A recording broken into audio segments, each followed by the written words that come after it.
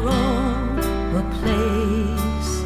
The devil rages, but he lies when he says we are alone. For our God is with us, and we know that among our fellow men are those whom God has chosen.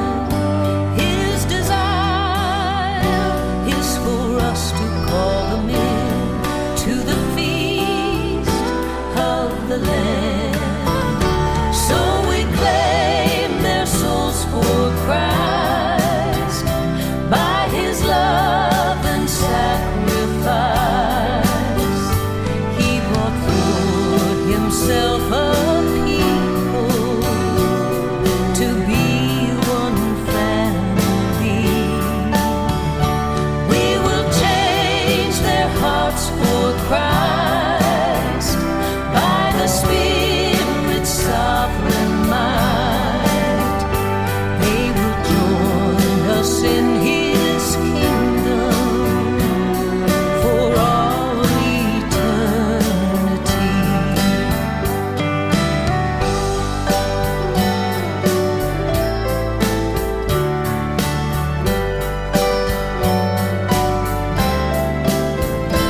Without hope, condemned because of sin, the lost would be forsaken, but His word speaks to them.